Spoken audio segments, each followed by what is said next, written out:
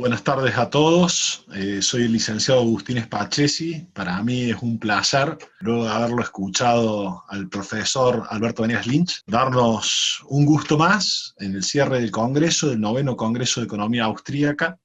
Para mí es un placer personal, un gusto, lo disfruto más que nadie, me animo a decirte, a Javier Milei. Javier es licenciado en Economía por la Universidad de Belgrano, obtuvo 2 maestrías, una en el IDES, otra en la Torcuato Di Tella.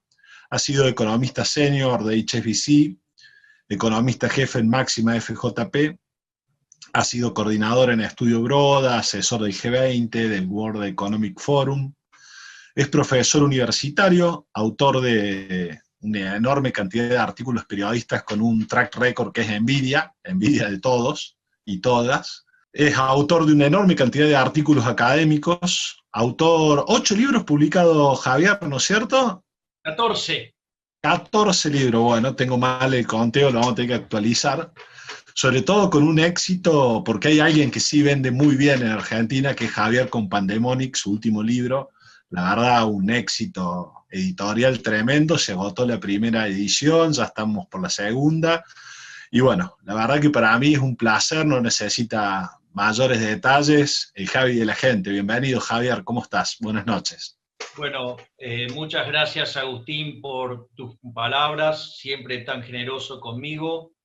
Además, es un honor enorme estar en este congreso, que me hayan elegido para además hacer el cierre del mismo, tener el privilegio de poder tener unas palabras, además, con nuestro máximo referente de toda la historia, que es Alberto Venegas Lynch, hijo, que no solo es un grande, sino que además es un ser humano maravilloso, y para mí me da mucha alegría poder estar haciendo este cierre con mi nuevo libro, que además me está trayendo muchas alegrías. O sea, tal como vos decías, la primera edición se agotó en 3 días.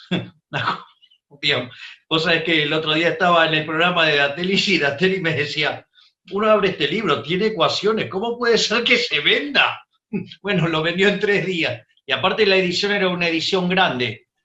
Les diría que es una edición muy grande para lo que es en esta pandemia, ¿no? Digamos, para que se den una idea, es 7 veces más grande que la promedio. O sea, así es que la verdad que estoy muy contento y bueno, espero, digamos, que esta charla, digamos, también les motive, digamos, querer leerlo. Y si no, digamos, pasará como dice McCloskey, digamos que los economistas en realidad somos un montón de historias caminantes. O sea, uno va a los congresos, aprende la historia del paper y sigue. O sea, a veces no leemos todos los papers, eso pasa. El libro básicamente tiene 3 partes. Hay 2 partes que son fuertemente teóricas y una parte que es la aplicación. En la primera parte lo que se desarrolla es la matemática de la epidemia. En la parte 2 se plantea lo que es el análisis económico para poder tratar o entender, digamos, qué es lo que sucede durante una situación como lo que ha sido este virus, digamos, que ha azotado al mundo. Y la tercera parte es justamente la aplicación al caso del coronavirus. En cuanto a la parte de la matemática de la epidemia, lo primero que quiero manifestar es mi problema con los infectólogos. O sea, yo lo voy a plantear así abiertamente, porque básicamente tienen 3 problemas. El primero es no saben separar entre un problema de equilibrio parcial de uno de equilibrio general. Esto, digamos, cuando uno va al médico, esto se ve con mucha claridad. Digamos, en general uno va al médico y uno puede tener algo y entonces el médico de repente le recomienda 30 días de reposo. Bueno, esa situación, aún estando en el segmento en blanco y con toda la regulación del mercado laboral de Argentina, es aún todavía bastante difícil de digerir para el empleador. Pero al margen de esa situación, imaginen, digamos, una economía que tiene tanta cantidad de empleo informal. Entonces, eso es bastante más complicado. Entonces, supongamos una persona que justamente tiene que salir a ganarse el pan, digamos, todos los días. Bueno, esa persona está en problemas. ¿Por qué? Porque si se va a quedar encerrado 30 días, bueno, hay que ver, digamos, cómo hace para sobrevivir. Entonces, puede usar sus ahorros, le puede pedir ayuda a sus familiares, le puede pedir ayuda a sus amigos, a sus vecinos, y tratar de sobrellevarlo de esa manera. Ahora, entonces, la recomendación es difícil de llevar en términos de equilibrio parcial, pero podría ser hecha. Ahora, el problema es cuando ustedes esta recomendación la hacen en términos de equilibrio general para todos a la vez, es un escándalo. Porque aquellos que ustedes iban a necesitar que los ayude, no los pueden ayudar. Por lo tanto, el sistema colapsa. Y es lo que, digamos, en el caso argentino, digo, con la cuarentena más larga, más profunda y en rigor la más estúpida del mundo es lo que está pasando. O sea, después hay otro problema que no es menor, que es una total carencia de orden de magnitudes. Es decir, si hay algo que caracterizó a esta epidemia, pandemia, es un problema de carencia de orden de magnitudes. O sea, lo primero que hizo la Organización Mundial de la Salud amenazó al mundo con que venía una nueva gripe española. Y en realidad, si ustedes van sobre otros archivos, cuando estaba la situación en plena ebullición en Italia, precisamente en Bérgamo, hasta llegaron a hablar de la nueva peste negra, o sea, directamente ni amerita, digamos, la mención frente al error, digamos, cuantitativo que implica eso. Ahora, veamos qué significó la fiebre española para entender el error de los infectólogos a nivel internacional. La fiebre española tomó curso entre fines de 1918 e inicios de 1920.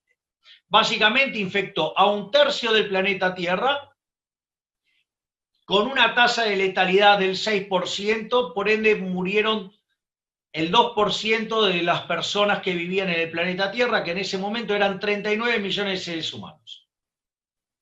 Si yo pongo estos números en el planeta Tierra de hoy, eso implica que tendría que haber 2.600 millones de infectados y además tendríamos que tener muertos por el equivalente, solo por COVID, por 160 millones de seres humanos. Es decir, además de los 60 millones que tendrían que haber muerto por condiciones naturales en la evolución de la vida en el planeta Tierra. O sea que el año tendría que estar cerrando, en función de lo que dijo la Organización Mundial de la Salud, con 220 millones de muertos. Nada de un disparate. O sea, a ver, el coronavirus lleva en el mundo 1 millón de muertos. Y hay mucha discusión sobre si esos muertos están bien registrados o no. El caso de Italia, digamos, de hecho, el prólogo de Pandenomics lo escribe un libertario llamado Leonardo Facco, un periodista, que no es que no le pegaron las balas cerca, porque le murieron 2 primos y 3 amigos. O sea, y vive en Bérgamo, o sea, lo que se llama la capital mundial del COVID, o sea, no es que no le pegó cerca. Y una de las cosas que le empezó a llamar la atención a Leonardo, y eso está en el prólogo, él lo cuenta, es, a ver, en Italia mueren 240.000 personas por año de infartos. Y la verdad que es bastante regular, digamos, cómo se distribuye, o sea, son 20.000 por mes. Una de las cosas que le sorprendía es que en pleno problema de la pandemia, la gente solamente moría de COVID, no moría de otras cosas. Eso llamaba mucho la atención, por decirlo de alguna manera. Con lo cual, de hecho, los protocolos de la Organización Mundial de la Salud, cuando descubre que le está errando, básicamente toma 2 actitudes. Una es, todo lo que hay dudas sobre lo que es, se imputa como COVID.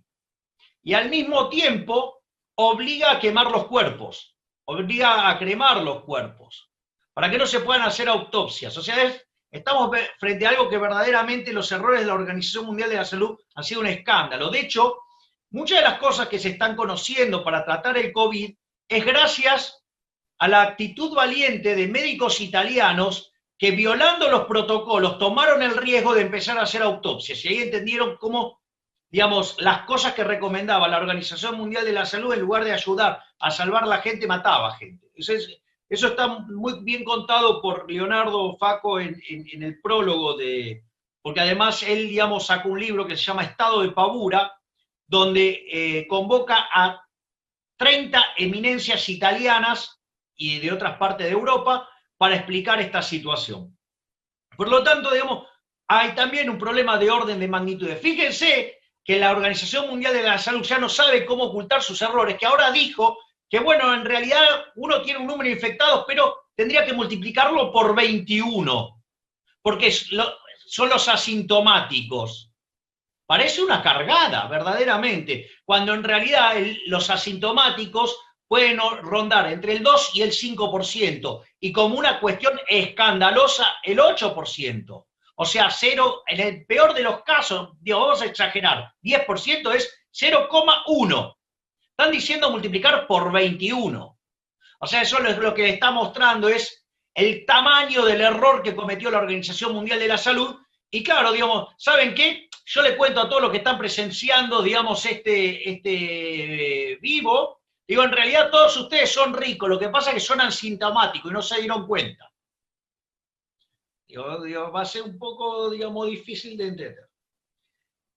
Y después lo otro que se ve, digamos, es un claro desconocimiento de la matemática. Y eso es un tema no menor. Si ustedes se fijan, las distintas intervenciones de los infectólogos, el caso argentino es un poquitito más grosero, siempre hablan de la curva exponencial, de la exponencial, de la exponencial. Bueno, mire, muchachos, o sea, la naturaleza tiene sus lógicas y ninguna epidemia tiene un comportamiento de una exponencial. Lleva lo que se llama el comportamiento de una función logística. Tiene un primer tramo creciente, o sea que crece crecientemente, es decir, asimilable a una exponencial, pero después cambia de régimen y pasa a crecer decrecientemente. Entonces, digo, a ver, es muy fácil, ustedes no pueden crecer exponencialmente la cantidad de infectados. Llega un momento que hay un límite, que son 7.600 millones de seres humanos. Entonces, digamos, muchachos, no da. O sea, ustedes no pueden estar todo el tiempo con una función exponencial. En algún momento se agota. Es decir, eso después lo vamos a ver ahora cuando veamos la lógica del modelo matemático subyacente. Entonces, ¿y esto por qué es importante? Esto es muy importante, porque cuando ustedes, la curva logística pasa del régimen exponencial al régimen logarítmico, es decir, pasa de crecer crecientemente a crecer decrecientemente, en ese punto de inflexión de la curva logística es donde tienen el pico de contagios. Si ustedes recuerdan, en Argentina, el ministro de Salud dijo que el pico venía en abril, después dijo que venía en mayo, después en junio, después en julio, después en agosto. Vaya a saber uno para cuándo vendrá el pico según ellos. ¿Por qué entonces no lo pueden hacer? Porque no pueden hacer, porque como están buscando funciones exponenciales, nunca hay pico en una función exponencial. Es decir, es un problema de índole matemática. Entonces ustedes dirán, bueno, pero vos sos un nerd que te encanta la matemática y entonces, o sea, eso es un problema y vos sos parte del problema. Puede ser que yo sea parte del problema, eso es cierto. Pero es muy interesante. El otro día estaba mirando un programa de televisión y que lo conduce un economista, por el cual, digamos, creo que hace un muy buen trabajo y es respetable, aun cuando no piensa como pienso yo. Y él, digamos, suele mostrar muchos gráficos y todo ese tipo de cosas. Y aparece uno de los infectólogos que rodean al presidente Alberto Fernández y en un momento de la charla le agradece al conductor que lo haya puesto en contacto con el que hace los gráficos que él presenta, porque la semana anterior le había estado dando clases de cómo leer los gráficos. Esto a mediados de septiembre, lo cual muestra, digamos, la gravedad de aquella consigna del Estado te cuida. El Estado te cuida y no sabe ni siquiera contar los muertos. Entonces ahora vamos a ver de qué va lo que se considera el método científico. El método científico parte de un modelo que se llama SIR. El nombre SIR tiene que ver con las siglas de las ecuaciones diferenciales que describen el modelo, que son susceptibles, infectados y removidos. Este modelo es de 1927, fue desarrollado por Kenmark y McKendrick y está inspirado en un modelo de Ross de 1911 y después fue perfeccionado a mediados del siglo XX. Básicamente yo lo voy a tratar de explicar muy simple, hay tres ecuaciones. O sea, una es la de los susceptibles, es decir, la cantidad de personas que pueden ser infectadas. La descripción de la cantidad de susceptibles inexorablemente es que la cantidad de susceptibles cae en el tiempo. En la medida que ustedes van teniendo más infectados, cada vez tienen menos personas a infectar, eso es obvio. Es decir, van quedando menos que infectar, porque ya se infectaron. Si ustedes recuerdan, a inicios del año se hablaba del tema de la inmunidad de rebaño. La inmunidad de rebaño es cuando el número de susceptibles cayó tanto que aun cuando lo que tiene que ver con los infectados, o sea, con la gente que se va contagiando, ¿sí? Digamos, esté en la misma línea, ¿qué pasa? La propia dinámica bajo la cual se remueven las personas hace que la epidemia caiga. Y esto tiene que ver con lo que es la segunda ecuación, que es la de los infectados. Los infectados tienen que ver con ¿qué? Que evolucionan en función de los contagios. En realidad los contagiados son una fracción muy estable en términos de los infectados. Es bastante estable eso. Lo cual no es menor a los efectos de presentar el sistema, digamos, la ecuación diferencial, en especial la de los infectados. Y por otro lado tiene que ver con los removidos. ¿Qué son los removidos? Básicamente son aquellas personas que se curaron, entonces salen, aquellas personas que se murieron y aquellas personas que fueron testeadas y retiradas del sistema.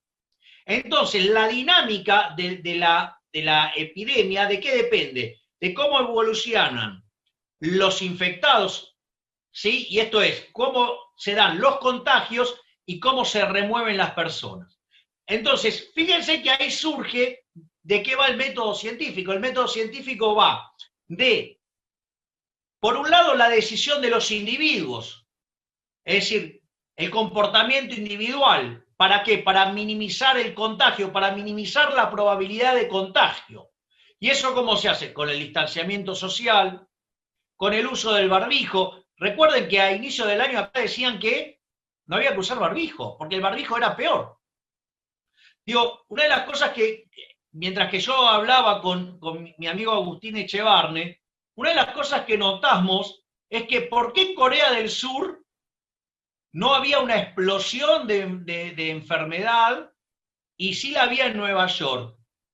Y no tuvimos mejor idea que mirar el subte. Ustedes miraban el subte en Corea del Sur, salían todos con barbijos. En Nueva York nadie. Entonces nos pareció que, miren, digamos, nosotros no sabemos si el barbijo iba a funcionar, sí o no, pero la realidad es que el uso del barbijo, no sé, digamos, por lo menos parecía que algo estaba generando. Después, obviamente que recibimos una andanada de críticas del oficialismo, después, evidentemente, se usa el barbijo. Y otra cosa que tiene que ver es con la higiene, o sea, la higiene juega un rol muy importante. Entonces, todo ese tipo de cuestiones hacen y caen dentro de la esfera individual. Ahora, digamos, si uno, digamos, tiene un sistema, a ver, si uno no está en un mundo sin Estado, y es un mundo que tiene Estado y que además tiene estado de bienestar, ya supongamos, y que se ocupa de la salud, digamos, bueno, por lo menos debería ocuparse de esto, que es el tema de la remoción. Cuanto más rápido uno remueve a los infectados, contagian a menos personas. Por eso es muy importante el tema del testeo y los rastreos posteriores, no solo a los contactos directos, sino a los contactos directos de los contactos directos. O sea, la trazabilidad. Entonces, ese es de lo que va el método científico. Lamentablemente, digamos, para los que estábamos mirando el caso argentino, dijimos que Argentina no solo iba a destrozar su economía, cosa que efectivamente está pasando y se ve con mucha claridad, sino también dijimos que íbamos a ir a un desastre sanitario, y hoy Argentina está entre los 6 países con más contagios, está en el porcentaje, en el 10% de países con mayor cantidad de muertos por millón de habitantes, y eso era predecible. ¿Por qué? Porque Argentina es uno de los países que menos testeos hace. Entonces, eso, digamos, es lo que tiene que ver con el método científico. En la segunda parte, lo que se hace es presentarse un modelo para hacer el análisis económico de la pandemia. Ahí, básicamente, para honrar la intertemporalidad y ponerlo en una estructura lo más simple posible, lo que básicamente se presenta es el modelo de Solow. O sea, también, digamos, en realidad se hace toda una deducción de los modelos que llevan a los modelos de ciclos reales, y se demuestra bajo qué condiciones el modelo de ciclos reales, ¿sí?, coincide con el modelo de Solow, y eso deja abiertas unas ventanas para jugar con variables que juegan un rol fundamental en la intertemporalidad, que es la tasa de interés. O sea, el precio relativo de los bienes presentes sobre los bienes futuros.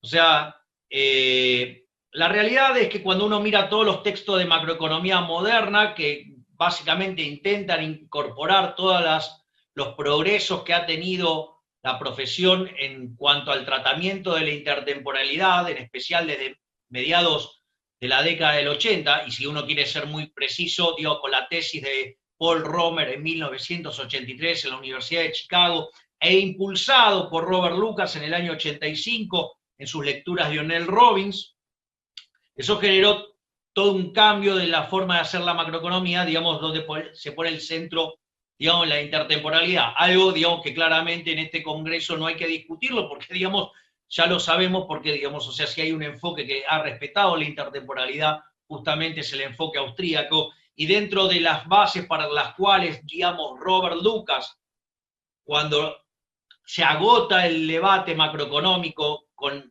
la llegada de expectativas racionales, justamente lo que hace es volver al pasado y decir, bueno, ¿dónde están las fuentes? Y una de las fuentes, digamos, que señala es el rol de la escuela austríaca en esto. Y ahí es donde arranca toda la cuestión de la intertemporalidad. Bueno, lo que básicamente yo hago es, frente a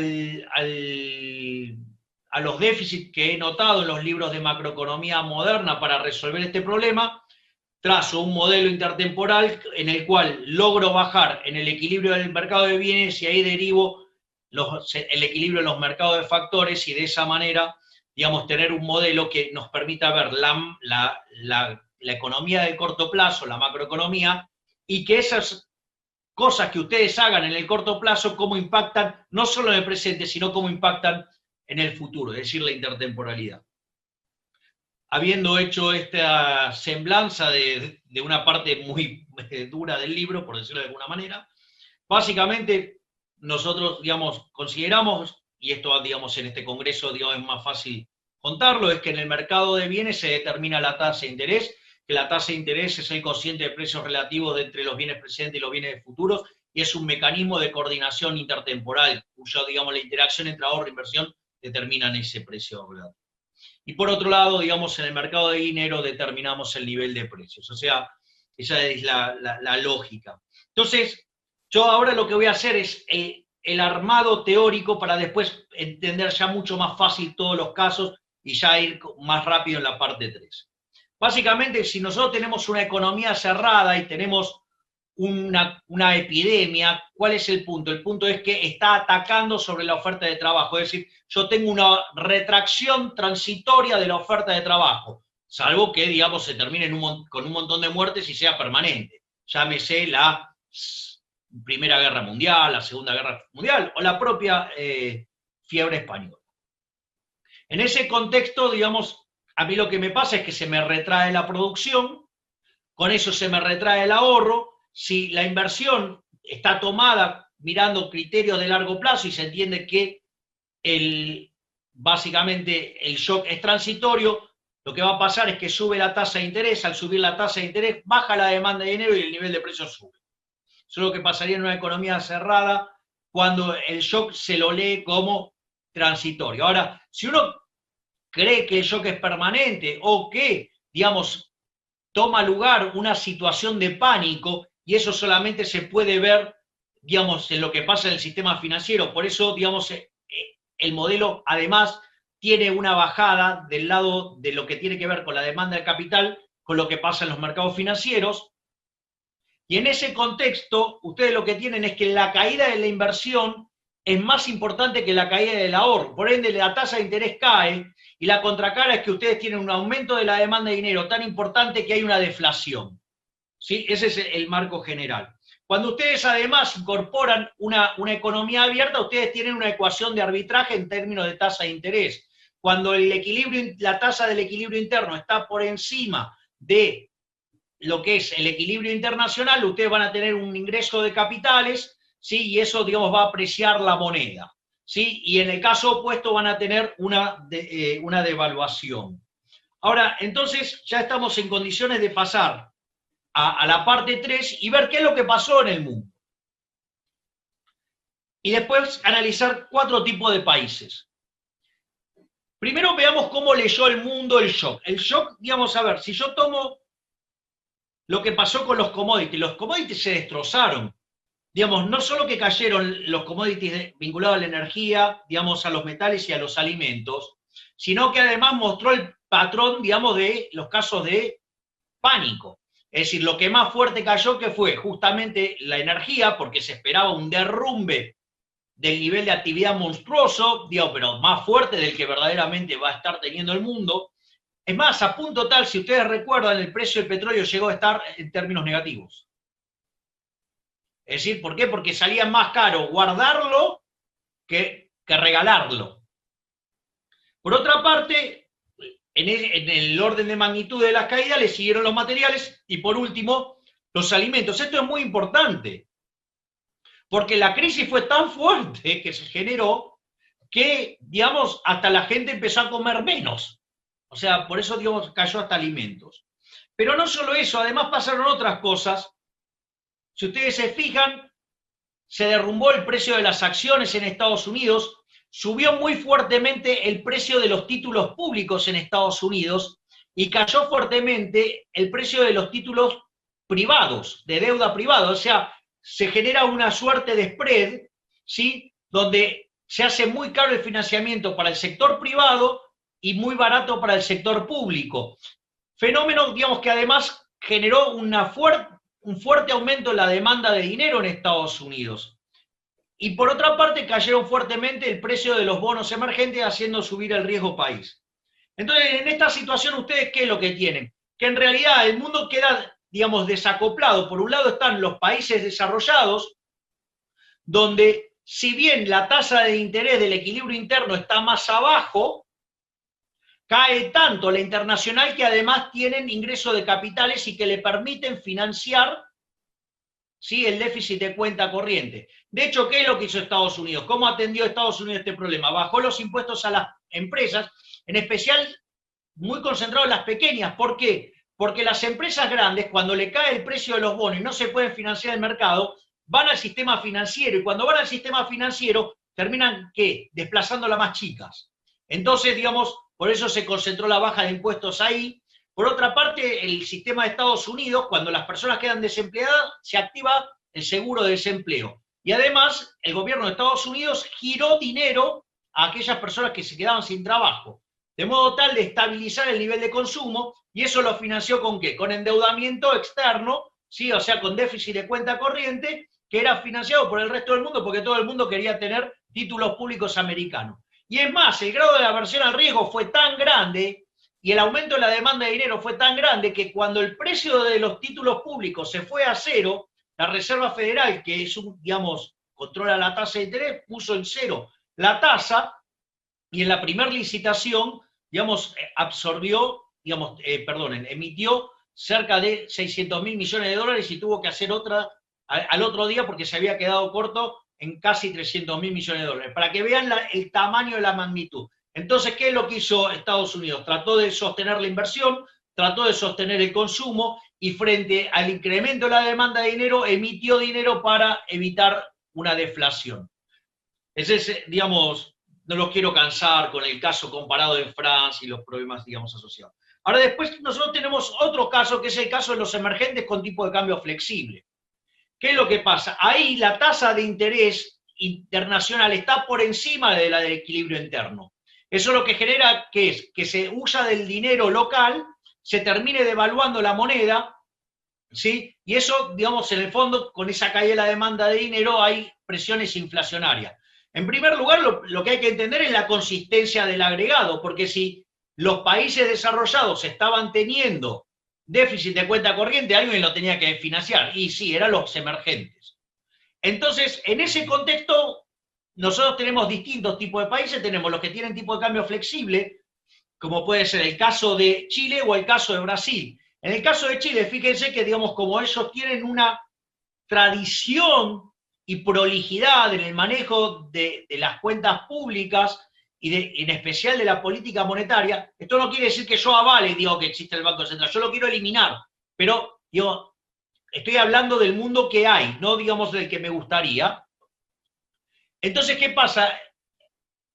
Chile tiene acceso a una línea premium, por decirlo de alguna manera, en el Fondo Monetario Internacional, que es cuando ocurren estos fenómenos que de caída de la demanda de dinero. Entonces, ¿qué es lo que hizo Chile? Tomó esa línea y básicamente abasteció la caída de la demanda de dinero con venta de dólares para que para tratar de mitigar el impuesto, digamos, el impacto inflacionario.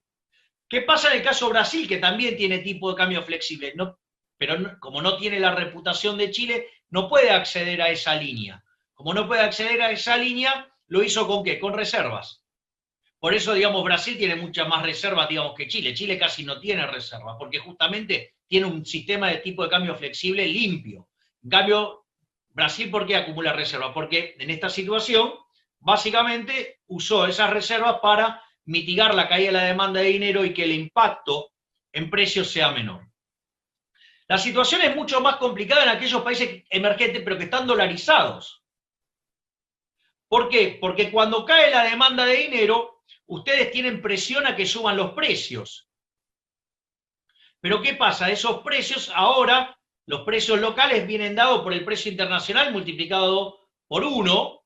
Entonces, ¿qué pasa? Ustedes quedan descolocados con esos precios. Entonces, ¿qué necesitan? Necesitan ajustar por una deflación. Entonces se contrae la cantidad de dinero. Esto pasó tanto en Panamá como en Ecuador. La diferencia es que en Panamá, como llevan muchos años haciendo esto, la caída de la demanda de dinero fue menor y como además el mercado laboral es mucho más flexible que en el caso de Ecuador, el nivel de actividad y la caída en el nivel de empleo sufrieron mucho menos. Y después está el caso que yo denomino Sor Juana Inés de la Cruz, yo la peor de todas, Argentina. Caso de Argentina, estamos en un país que estaba en default, un ministro de Economía perdiendo tiempo porque arrancó ofreciendo $39, los acreedores querían 55, tardó básicamente 9 meses para ofrecer 54,80, o sea, lo que querían los acreedores. Entonces Argentina no tenía financiamiento, Argentina claramente con control de capitales, claramente no tenía demanda de dinero como para emitir dinero, y ahí es donde viene que frente a la contracción de oferta que tiene la economía, al gobierno se le ocurrió hacer estímulos de demanda. financiados con emisión monetaria. La verdad que de eso nada bueno puede salir. Si encima uno considera que tenemos la cuarentena más larga del mundo, de hecho el libro, que está obviamente que tiene ya un tiempo descrito, ustedes van a ver que se anticipa que Argentina, todos los países iban a hacer una B. ¿Por qué? Porque la caída de la oferta de trabajo es transitoria. Entonces digo, ustedes liberan la cuarentena y vuelve. Pero justamente lo que se alertaba en el caso argentino es que la profundidad y la extensión de la cuarentena lo que hacía era que en algún momento, digamos, primero las empresas se comieran el capital de trabajo, después explotaron los cheques rechazados, ocultados por el Banco Central que se hizo cargo de esa cuenta. Después empezaron a comer el capital. Entonces, ¿qué es lo que pasa? Hoy las empresas se caen como moscas. Entonces, ustedes lo que están viendo en los datos de hoy en Argentina, que si bien hay una B, esa B corta, el brazo derecho lo tiene amputado, lo cual, digamos, parece bastante racional, digamos, que haya sucedido así, dado que estamos gobernados por un gobierno de izquierda. ¿No? Digamos, o sea, el brazo izquierdo lo dejaron intacto, el derecho lo amputaron a la mitad.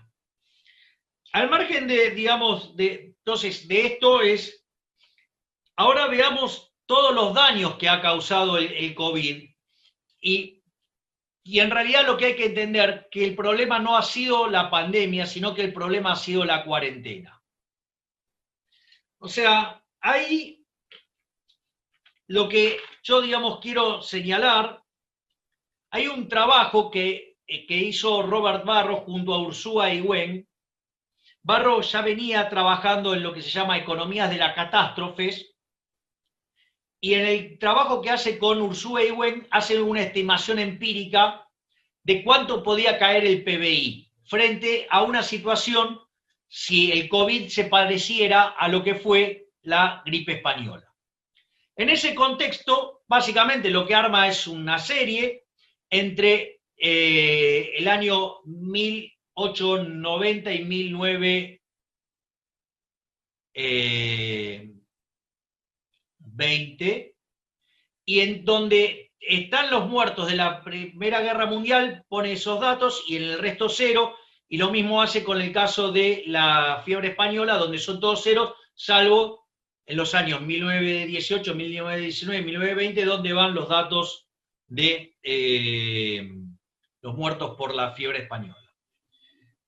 Básicamente, cuando se hace ese estudio, digamos, y se trata de explicar la tasa de crecimiento, eso mostraba que la tasa de crecimiento per cápita iba a sufrir, en el caso de una nueva fiebre española, 6 puntos porcentuales.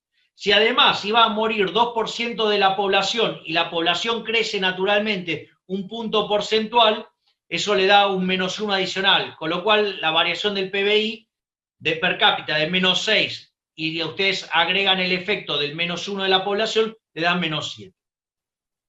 ¿Qué es lo interesante, digamos, de este trabajo? Que el Fondo Monetario, haciendo estimaciones país por país, al inicio del año, en enero, cuando ustedes miran el World Economic Outlook, ustedes lo que tienen es que se esperaba un crecimiento del 3%.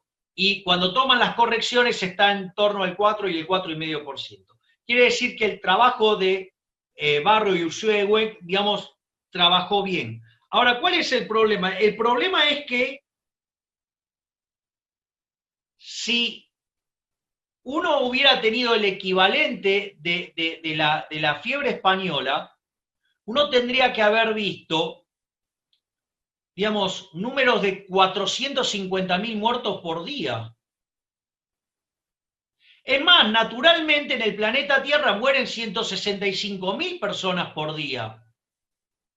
Y el coronavirus tardó para cargar con la vida de 165.000 seres humanos, 105 días. O sea, eso rompía los ojos. O sea, eso mostraba que algo andaba mal. Es decir, tardaron 105 días para anotar muertos por el equivalente de un día. Es decir, todavía hoy el coronavirus no mató el equivalente de 3 días de fiebre española. Por eso, digamos, o sea, la desesperación por inflar los números, bueno, y los contagiados y los asintomáticos, todo mentira. Es un gran error de tipos que no pueden dibujar un cero ni con un vaso. Pero además esto ha sido mucho más grave. ¿Y por qué es mucho más grave? Porque durante el primer trimestre del año se perdieron 4,5% de las horas trabajadas del planeta Tierra. Eso equivale a haber perdido 105 millones de puestos de trabajo. Y lo peor de todo es que durante el segundo trimestre se perdieron 10,5 horas de las horas trabajadas del mundo. Es decir, que se perdieron 310 millones de puestos de trabajo. O sea, un disparate. Además, hay que tener en cuenta que el 62% de los trabajadores del mundo trabajan en el segmento informal, donde de esos 62, 47 puntos fueron afectados muy fuertemente. Eso hizo que el salario cayera 60%. Y eso hizo que la cantidad de pobres en el mundo, en el segmento de los trabajadores informales, pasara del 25% al 60%. Y no todo quedó ahí. Porque ¿qué implica eso? Que la cantidad de personas en riesgo de inseguridad alimentaria pasó de 130 millones a 265 millones. Por ende, por este virus que solo mató 1 millón de personas o algo más, se asesinaron a 30 millones de personas de hambre. Por lo tanto, digamos, lo que uno ve es que el remedio terminó siendo peor que la enfermedad y que el 99,5% de la caída del PBI se explica por la cuarentena y no por la pandemia. Y si todo esto le parece ya, digamos, horroroso, hay 3 elementos más que los voy a explicar muy fácil para que, digamos, vayamos redondeando la exposición. Uno es el uso del miedo, es decir, la forma en la cual se ha usado el miedo. A ver, digamos, si hay algo a lo que el ser humano le tiene miedo es a la muerte. Es decir, históricamente el gran miedo del ser humano ha sido el miedo a la muerte. Y ustedes se encontraban en todas las pantallas del mundo contadores de muertos en tiempo real. Que lo más grave de todo esto, yo no estoy en contra de que se informen los muertos, pero lo hubiera puesto en términos relativos, es como el chiste de los microeconomistas. Se encuentran 2 microeconomistas y uno le dice al otro, che, ¿cómo está tu mujer? El otro dice, ¿comparado con qué? Claro, digamos, o sea, cuando uno entiende el dolor de la pérdida del ser querido, claro, cuando ve el número tan grande, el Dios se espanta. Ahora, si a ustedes le muestran el número en relación, mire, ok, usted está viendo este número, pero en el planeta mueren 165.000 personas por día. Entonces la cosa hubiera sido distinta, es decir, el problema del orden de magnitudes. O sea, imagínense si hubiera sido la peste española, o sea, al margen de los 165.000 hubieran tenido, digamos, 450.000 más. O sea, hubiéramos estado arriba de los 600.000 personas por día, o sea, un disparate. O sea, y no solo eso, digamos, ¿por qué se usó esto? Y ahí en una de las hermosas charlas que tengo regularmente con mi queridísimo amigo, brillante politólogo, Agustín Laje, él me comentó el tema de Foucault, el libro Vigilar y Castigar de 1975, capítulo 3, La disciplina. Es impecable. Describe todas las facetas de lo que se denomina el biocontrol, es decir, el control físico.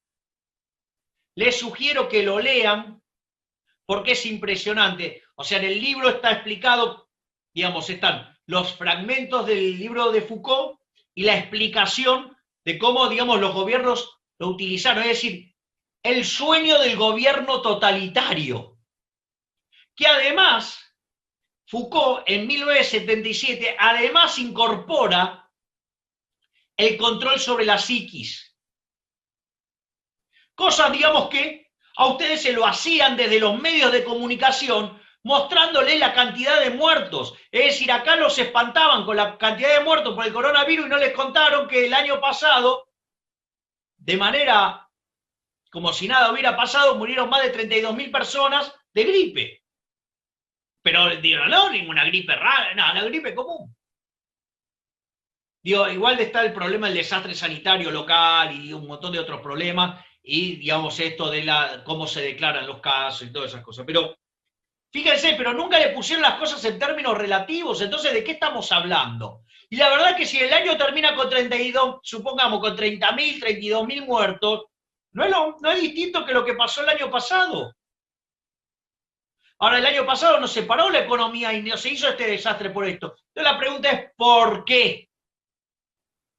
Y uno lo que encuentra es que aquellos gobiernos con vocación totalitaria utilizaron la pandemia como excusa para avanzar sobre la propiedad privada y sobre el sistema de libertad para avanzar hacia el socialismo. Y en ese caso, voy a cerrar con esto, voy a citar el maravilloso libro del genial, maravilloso juez Ricardo Manuel Rojas, ex juez ahora, y la doctora Andrea Rondón García, en su libro más reciente que se llama La supresión del derecho de propiedad como delito de lesa humanidad.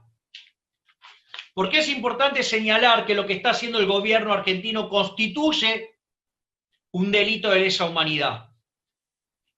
El gobierno del presidente Alberto Fernández de Kirchner decidió unilateralmente dejar sin ingresos a las empresas, pero al mismo tiempo obligó a las empresas a seguir pagando impuestos, a prohibir los despidos, a poner doble indemnización, triple indemnización según el sector, a prohibir despidos, a prohibir las quiebras. En ese contexto, básicamente destrozó la economía de las empresas, hasta además, no solo que les comió el capital de trabajo, sino que además les copió el capital físico. Por eso, digamos, la economía argentina, la ve corta, tiene amputado en la mitad del brazo derecho. ¿Y por qué es esto? ¿Por qué constituye un delito de lesa humanidad? Siguiendo los lineamientos del libro citado, acorde a lo que es el Estatuto de Roma de 1998, artículo 7, y paradójicamente, inciso K, dice que la supresión sistemática del derecho de propiedad constituye un delito de lesa humanidad. ¿En qué sentido? Porque cuando ustedes se quedan sin su base de sustentación económica, ustedes se enfrentan a dos situaciones. Una es resistirse al Estado. Y como el Estado es más grande y además tiene el monopolio de la violencia, ustedes van a terminar muertos. La otra alternativa es ceder frente al Estado. Por ende, se convierten en esclavos. Por eso es muy importante entender el momento por el cual estamos, donde estamos frente a un gobierno liberticida que ha aprovechado esta situación para imponer con total violencia y descaro la agenda del Foro de San Pablo, cuyo objetivo fundamental en aquel 1990, cuando el único presidente que tenían era Fidel Castro, después vinieron muchos, digamos, como Bachelet, como Chávez, como Lula, como Dilma Rousseff, como Lugo, como Mujica, como Tabaré, como Evo Morales, como Correa, todos esos que el presidente Alberto Fernández extraña. El objetivo de ese foro era establecer la Unión Soviética Latinoamericana. Por lo tanto, si no tomamos conciencia de la situación en la que estamos y cómo estos liberticidas quieren llevarnos a un régimen cubano, es prioridad defender las ideas de la libertad. ¿Y quién mejor para defender la idea de la libertad que los austríacos? Muchas gracias.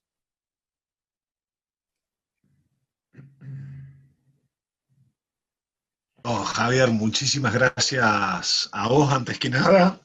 Segundo, le vamos a hacer un anuncio a los amigos de Uruguay, México, Paraguay, Perú, Chile y Bolivia, que nos están pidiendo el pase de Javier para ir a cerrar el Banco Central, que acostumbrados a estar en una dictadura maoísta y siendo bien liberticida, lo hemos declarado recurso estratégico intransferible, así que primero lo va a tener que hacer acá.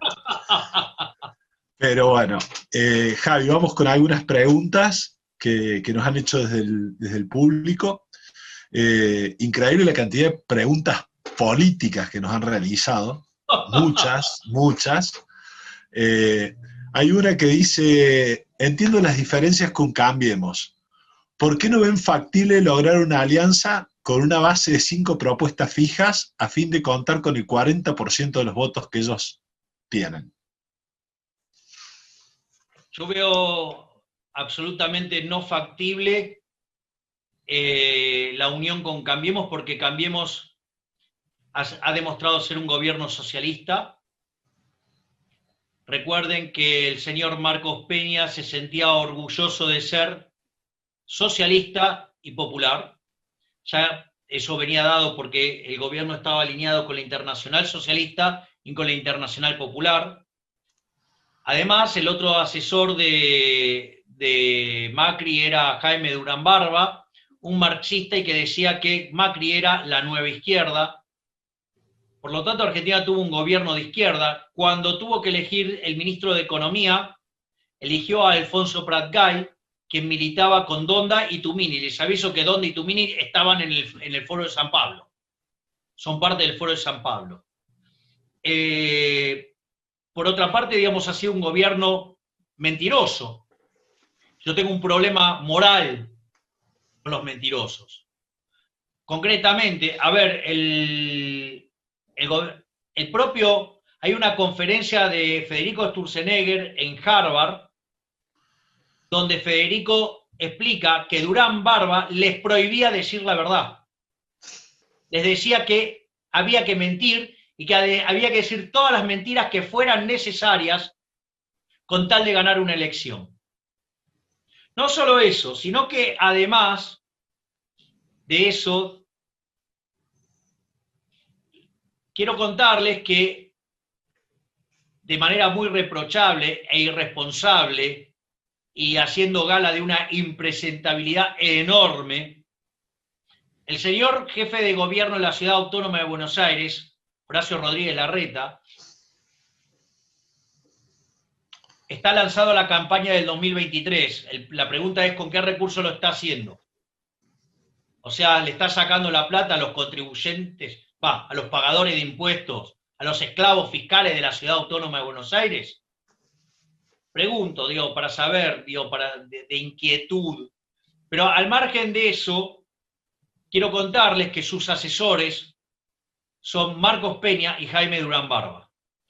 Y que la sensación que yo tengo es que Cambiemos está tratando de llevarse a los liberales y después que los usa para ganar la elección, hacer lo mismo que le hizo a los radicales y lo que le hizo a la coalición cívica, que es usarlos y después descartarlos.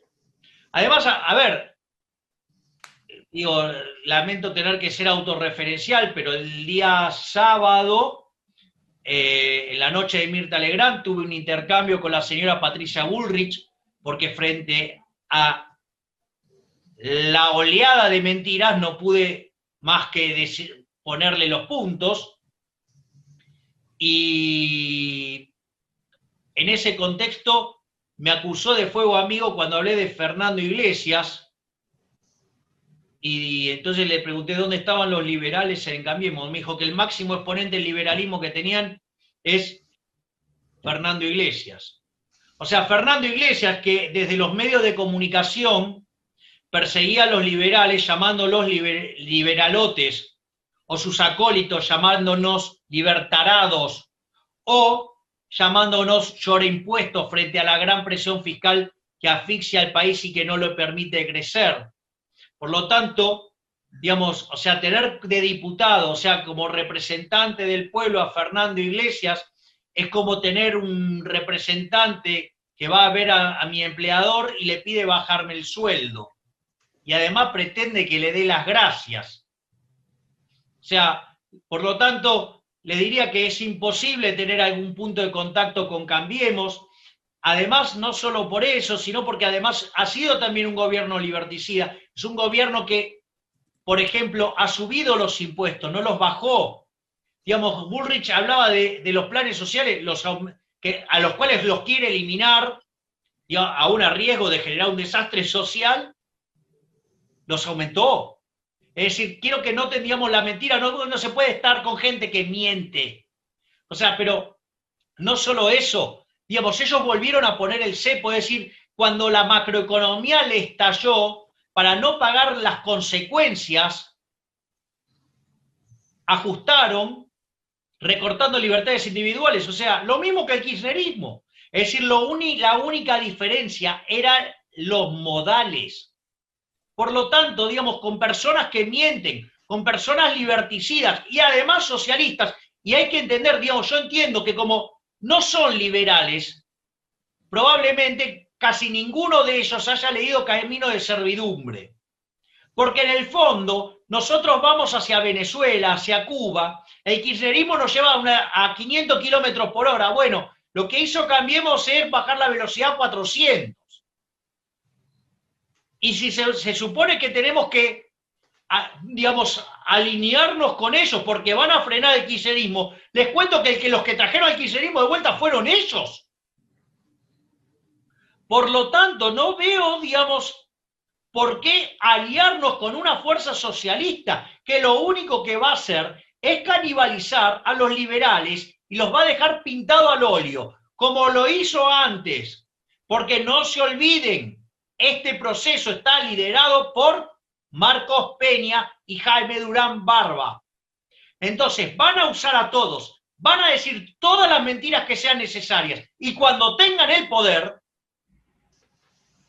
no quiero ser grosero, pero es el auténtico, callate y...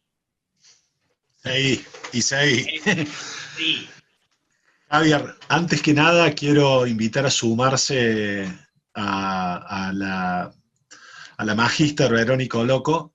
Verónica ha sido la cabeza y el corazón de este congreso, porque la verdad ha trabajado de una manera no solo impecable, sino sabes el esfuerzo que le ha pedido, así que queríamos pedirle a Verónica... Igual si me hace sentir hacer... mal, porque creí que la cabeza era yo. No.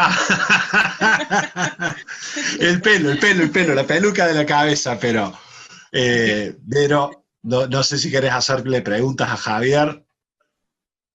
Bueno, nada, mira, aprovecho una que me parece que es una que va a sintetizar el espíritu del Congreso y bueno, lo que nosotros perseguíamos trayendo, digamos, a estas grandes speakers que hemos tenido durante 2 días, que es, ¿qué hace falta para ganar la batalla cultural? Manifestaban esa pregunta en el YouTube y me pareció que era un buen cierre. Bueno, yo creo que para ganar la batalla cultural tiene que estar acompañada en la arena política, ¿sí? Porque, a ver, ¿de qué sirve, digamos, todas las cosas que yo le dije a esa basura humana de Lipovetsky en un estudio de televisión si al momento de llegar al cuarto oscuro no tenés una boleta, digamos, que represente los valores de la libertad? No sirve de nada. Por otra parte, lo que hay que entender es que cada uno tiene una etapa, digamos, en su momento, digamos, esa etapa la cumplió José Luis Espert y después fue a las urnas. Bueno, yo creo que he cumplido una etapa dentro de la batalla cultural. Esto no quiere decir que no siga dándola. De hecho, si estoy acá es porque sigo trabajando en ella. Digo, si ustedes se fijan en los medios, yo no abandono la batalla cultural. Es más, cada una de mis disertaciones y cada una de mis exposiciones, yo no dejo de hacer foco sobre la cuestión moral. más allá de mi involucramiento en la política. Pero es obvio que ahora, digamos, voy a tener que dividir mis esfuerzos, pero lo bueno es que hay muchísimos hombres y mujeres muy talentosos en dar claramente esa pelea. Es decir, hay muchísimas personas muy capaces para dar esa pelea. Entonces, algunos la darán en el terreno de las ideas, otros lo darán en el terreno electoral, y lo que sí puedo pedir y sugerir es que para dar la batalla cultural, ustedes no pueden perder un solo debate. Y la forma de no perder un solo debate es mucha lectura, mucha lectura, mucha lectura y un fibrón negro. ¿Ok? Entonces, clarísimo. Clarísimo. Entonces, más allá, digo, de todo eso, lo que sugiero es, a ver, algunos hicimos a ver, yo, y con esto lo remato porque si no se vuelve muy largo, voy a contar mi experiencia personal. Como graduado universitario en la carrera de economía, con el formato estándar, porque más allá de que sean de gestión privada o de gestión estatal, digamos, hay unas restricciones sobre los contenidos. O sea, uno no puede hacer el contenido que quiere porque la CONIA uno se lo aprueba. Y eso, digamos, restringe, digamos, qué puede tener el contenido. Entonces, digamos, en mi caso yo recibí una formación en la línea de los keynesianos marxistas, o también llamados post-keynesianos, también, digamos, mucha influencia de los estructuralistas, ¿sí? Y algo de keynesianismo, por decirlo de alguna manera. Después, en mi primera maestría, digamos, estudié muchas vertientes del keynesianismo, ¿sí? En mi segunda maestría, más acorde a la mainstream, tuve, digamos, una visión más neoclásica y con distintos enfoques. Y por otra parte, yo daba clases de microeconomía desde los 20 años. En el 2008, digamos, volví a redescubrir a Friedman y a Keynes. Digamos, después, frente a algunos de los enfoques respecto a la crisis de parte de la gente de la teoría de los ciclos reales, empecé a dedicarme al crecimiento económico y ahí después me encontré con Rothbard y bueno, o sea, cuando no pude explicar por qué, digamos, los rendimientos crecientes eran tan buenos para la economía, ahí me encontré con Rothbard y ahí, digamos, fue un camino de ida. Lo bueno es que en este congreso, digamos, o sea, todos están acostumbrados a leer los austríacos, que desde mi punto de vista son los que ganaron el debate. Lo que sucede es que como no están muy acostumbrados a usar matemáticas, no se enteraron, digo, que la mainstream en el fondo, de alguna manera, les está dando la razón. Pero esa es una... pero lo que quiero decir es que muchas de las cosas que, digo, el enfoque, digamos, es impecable. Digamos, ese track record que yo tengo en los últimos años de casi inmaculado, digamos, o sea, que terminará de coronarse el día que estalle la hiperinflación, es por el upgrade que me implicó haber estudiado a la escuela austríaca, al margen o montado, si ustedes quieren, sobre toda mi formación preliminar. Por lo tanto, esto, la única forma de dar la batalla cultural seriamente es con mucha lectura, mucha lectura, mucha lectura y fibrón negro. Fibrón negro. Gracias, Javier. No, por favor. Bueno, Javier, la verdad, muchísimas gracias por todos tus conocimientos, gracias por tu generosidad siempre, gracias por tu hombría de bien. Vos sabés que la verdad que tu principal valor y activo, siempre lo digo, es ese corazón más grande que el pecho y que sos un faro moral, digamos. O sea, al margen de todo lo económico y demás, hay un discurso monolítico con respecto al tema moral. Muchísimas gracias, Agustín. Digamos, y para mí es un honor haber sido parte de este congreso y que me hayan elegido para hacer el cierre. Y el regalo de poder hacer el pase con nuestro máximo exponente de todos los tiempos y probablemente uno de los más importantes a nivel hispanoparlante, que es el doctor Alberto Venegas Lynch hijo. Así que muchísimas gracias y estoy muy agradecido por el espacio que me han dado. Gracias a todos los que han estado presentes en la conferencia y a pelearla porque vale la pena dar la pelea por la libertad. La libertad nos hará próspero, la libertad nos traerá bienestar y podremos hasta replicar el paraíso en la tierra. Solo se necesita libertad, lo demás no importa nada. Muchas gracias y viva la libertad, carajo. Viva la libertad, carajo. Y bueno, vamos a darle la palabra a Franco López, que tiene algunos anuncios para hacer muy breves. Franco, ¿cómo estás? Buenas noches. Agustín, buenas noches, muchas gracias por la presentación. Bueno, Javier, muchísimas gracias en nombre de Fundación Bases, bueno, es la fundación a la que pertenezco. Quería resaltar que me parece que tu cierre fue muy adecuado respecto de la recomendación de la teoría, porque estudiar la teoría y además construir a lo largo de años con esa teoría un criterio, una especie de sentido común que te va llevando como faro, te convirtió en la única persona de reconocimiento público que está en los medios, que públicamente dijo desde el principio que esto empezó, a principio de año, que esto era una locura y que esto iba a terminar como terminó.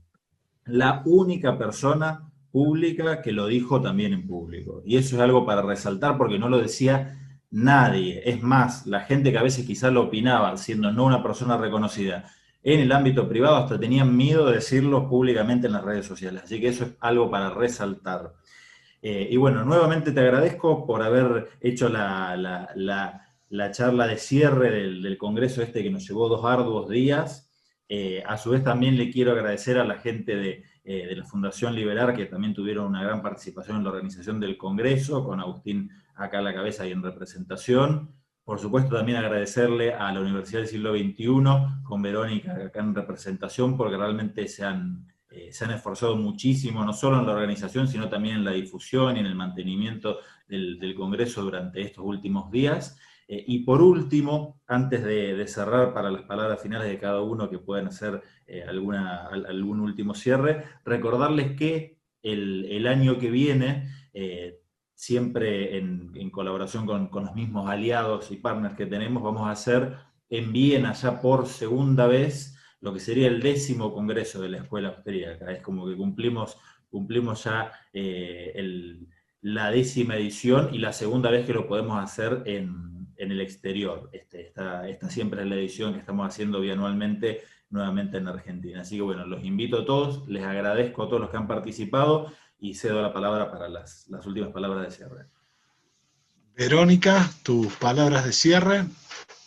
No, bueno, muchísimas gracias a la Fundación Bases, muchísimas gracias a la Fundación Liberar, este congreso que, bueno, que tuvo muchas idas y vueltas por el contexto en el que estamos, era un sueño, digamos, de mi parte, traer esto al siglo XXI. Nosotros buscamos que y lo decía en mis palabras de apertura, ¿no? Nuestros alumnos, nuestros docentes, lean con mente abierta, aprendan a pensar. Citaba a Mises en esas palabras al principio, y creo que este congreso ha sido una luz, digamos, en ese sentido. Así que nada, les agradezco la oportunidad, gracias a todos los speakers que han pasado, bueno, y a Javier, por supuesto, por el cierre. Desde lo institucional quiero agradecerle el enorme trabajo hecho por Fundación Bases, por la Universidad Siglo XXI.